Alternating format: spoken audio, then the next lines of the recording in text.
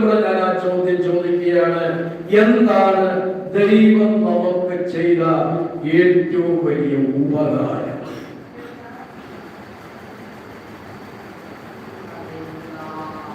ദൈവം നമുക്ക് ചെയ്ത ഏറ്റവും വലിയ ഉപകാരം എന്താണ്? ഞാനിവിടെ ആ ചോദ്യം ചോദിച്ചിട്ടുള്ളതാണ്. സ്വന്തം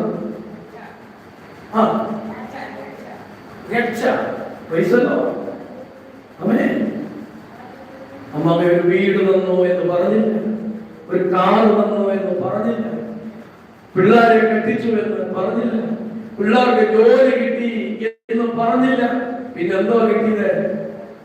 രക്ഷ കിട്ടി. പിതാവായ ദൈവം തന്റെ പുത്രനായ യേശുവിനെ നമുക്ക് നൽകിയതാണ് ദൈവം ചെയ്ത ഏറ്റവും വലിയ